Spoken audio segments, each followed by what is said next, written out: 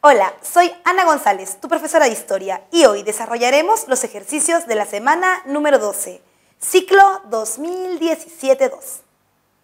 Pregunta número 1. En los inicios de la etapa republicana del Perú, el Estado pudo aprovechar el temor de los indígenas a las intrusiones de los mestizos y forasteros para asegurarse el pago de la contribución, planteándose así lo que se ha venido a llamar el Pacto Estado-Población Indígena, que sancionaba el respaldo del primero a la posesión de las tierras de la segunda.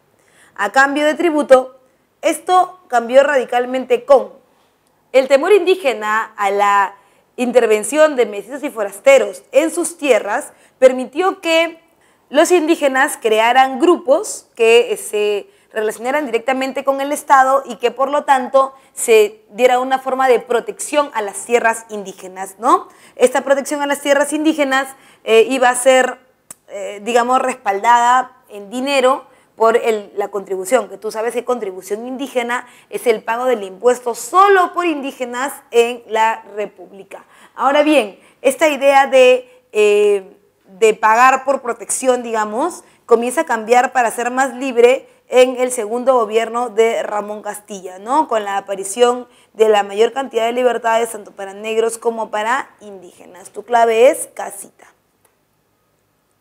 Pregunta número 2. La Confederación Perú-Boliviana se hizo realidad en 1836, creándose 3 estados: Bolivia, sur peruano y norperuano. Bajo la presidencia general de Santa Cruz, los confederacionistas adoptaron el libre comercio como política económica exterior y era defendida por los comerciantes extranjeros establecidos en Lima y Arequipa, los mineros y los agricultores sureños. Los enemigos de esas ideas enarbolaban el pensamiento económico de...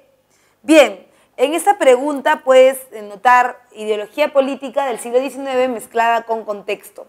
Y ahí te vas a dar cuenta que cuando hablamos de la Confederación Perú-Boliviana estamos hablando prácticamente de un territorio internacional, porque no solamente estamos hablando de lo que era el Perú, que se va a dividir en tres espacios, sino que estamos hablando de Bolivia y Perú juntos divididos en 3 espacios. Ahora, esto de la Confederación abría mercados en lo que se conoce como el famoso sistema de puertos intermedios, en lo que se conoce como el famoso sistema de los puertos libres. Los puertos libres atraerían mayor comercio y sobre todo mayor importación de productos, sobre todo europeos, en pocas cantidades estadounidenses, pero más europeos. ¿Esto qué propone? Propone que al entrar más oferta extranjera, el producto peruano termina decayendo. ¿Por qué? Porque para esta época la teoría de la modernización y la higiene dicen que todo lo europeo es bueno. Entonces, estamos hablando de una subida en la importación y una bajada en el mercado nacional, con lo que tú vas a entender entonces que el sistema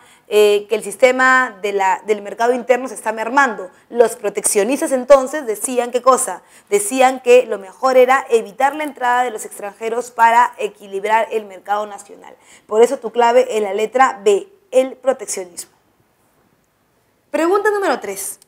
Nicolás de Piérola, con el contrato Dreyfus, en buena cuenta, procuró emancipar el Tesoro Nacional de las maniobras de los agiotistas, que siendo de por sí costosas, minaban la soberanía del Estado, recordando el combate del Callao de 1866. Lo llamó el 2 de mayo de la Hacienda Pública.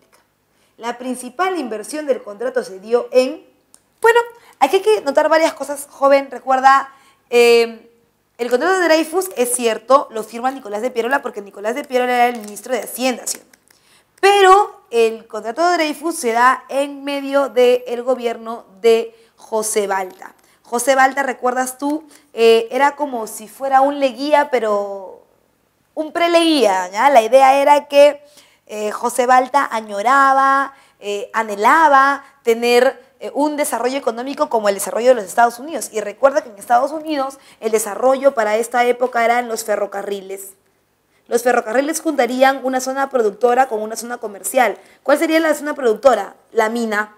De ahí se sacaba carbón, oro, plata. Y la zona comercial, el puerto.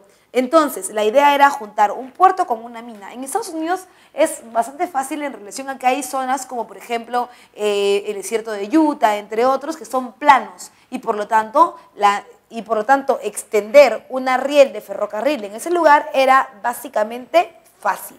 Ahora bien, la idea entonces de Balta era de Valdipierola, por supuesto, la idea era unir una zona comercial con una zona productora.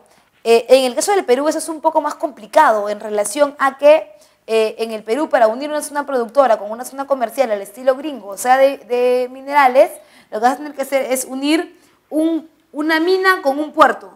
Pero las minas quedan aquí, sobre todo las importantes, en la Sierra Central. Ahora, imagínate hacer un ferrocarril de la Sierra Central hasta Lima, porque en Lima están los puertos y por lo tanto es una comercial. Tendrías que pasar por montañas, tendrías que atravesar por cerros y eso evitaría ¿qué cosa? Evitaría el transporte del ferrocarril porque el transporte del ferrocarril es plano. Entonces gastamos plata en los ferrocarriles que nunca pudimos explotar. ¿Por qué? Porque el ferrocarril no cumplía su objetivo y no cumplía su objetivo porque el sistema geográfico no era el adecuado. Por ello tu clave es la letra E, los ferrocarriles. Pregunta número 4. Durante el siglo XIX, la mayor parte de la población nacional seguía siendo campesina indígena. Los trabajadores de la minería eran operarios que vivían en los centros mineros de la sierra peruana. En la costa se hablaba de una escasez de brazos y la población serrana no tendía a prestar sus servicios laborales en esa parte del país.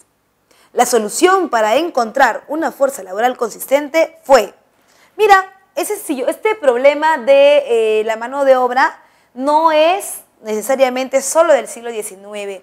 Por ejemplo, cuando los españoles llegan a América, para el siglo XVI, vas a encontrar que hay una tasa demográfica que va cayendo de manera acelerada por la contaminación de la población, es decir, la aparición de enfermedades y la muerte de la población porque no conocían estas enfermedades, no habían anticuerpos. Entonces, se diezma la población y aparecen los esclavos negros. En este periodo, en el siglo XIX, los negros están escaseando, los indios están escaseando, los brazos son insuficientes y es por eso que Domingo Nieto, el peor enemigo político de Castilla, que era un negrero, se enfrenta con él en lo que tú conocerías como un sistema de compra y venta. Entonces, el gobierno de Castilla, ¿qué hace? Para enfrentarse a Domingo Nieto, el gobierno de Castilla promueve la migración china.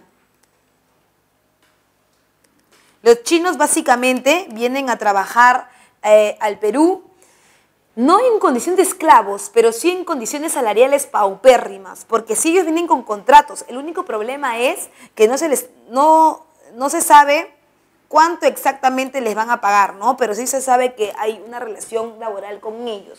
Por otro lado, estos chinos no solamente van a trabajar en las haciendas azucareras, arroceras, algodoneras. Es más, bien entrada la guerra contra Chile, la participación de los chinos culíes va a ser decisiva para los chilenos con el famoso batallón Cuchara de los chinos, ¿no? Que se va a plegar a ellos y van a venir justamente de las haciendas, tanto azucareras como algodoneras y arroceras de la costa norte.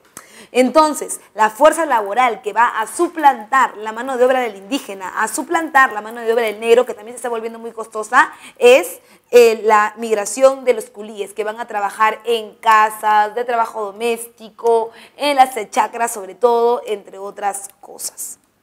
Pregunta número 5. Sobre el texto podemos decir, se habla de una especie de honor que impide los arreglos pacíficos cediendo un pedazo de terreno y por no ceder ese pedazo de terreno que representa un puñado de oro, fuente de nuestra pasada corrupción, permitimos que el pabellón enemigo se levante indefinidamente sobre nuestras altas torres, desde el Tumbes al Loa, que se saqueen e incendien nuestros hogares, que se profanen nuestros templos, que se insulten a nuestros hermanos inermes por ese falso honor, viudas y huérfanos de los que cayeron en el campo de batalla.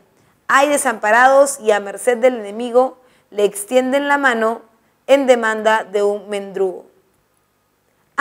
Guerreros de gabinete, patriotas de taberna, surcidores de intrigas de enfermedades, cobardes, 1000 cobardes, autores de la catástrofe nacional. Basta, perteneciente a la cultura política peruana. Bien, sobre el texto en cuestión, nos habla de varios elementos como por ejemplo la idea esta de no permitir ceder un espacio. Recuerda que después de la guerra contra Chile, el Perú y Chile siguen en conflicto porque se firma el Tratado de Ancón, y en el Tratado de Ancón se establece que se hará un plebiscito, o sea, una consulta pública entre Chile y Perú para ver si Tacna y Arica, ¿no? Tacna y Arica regresan al Perú o si se quedan en Chile. Entonces, esa especie de honor que estamos envolviendo, que nos persigue porque es muy virreinal, es muy antiguo régimen, al Perú le va a traer grandes problemas. El primer problema que le va a traer es que mientras su honor siga siendo respetado, entre comillas, o sea, lo siga haciendo respetar, hay muchas muertes, madres, hijos, jóvenes, y el problema es que siempre la gente es la carne de cañón, o sea, siempre el pueblo es la carne de cañón. Es más, inclusive aquí te van a poner una expresión, guerreros de gabinete. O sea, te están queriendo decir que si bien es cierto, la política, la prensa del momento está metiendo la púa, ¿no? Está incidiendo para que la guerra continúe, nadie se ha dado cuenta de lo que representa la guerra para aquellas personas que están yendo, que son gente del pueblo, dejar su tierra, dejar su casa, migrar después. Entonces todo eso implica cambios, y esos cambios aparecen directamente en el Perú después de la derrota de la guerra con Chile. Bien, eso ha sido todo por esta semana. No te olvides conectarte en nuestro próximo capítulo.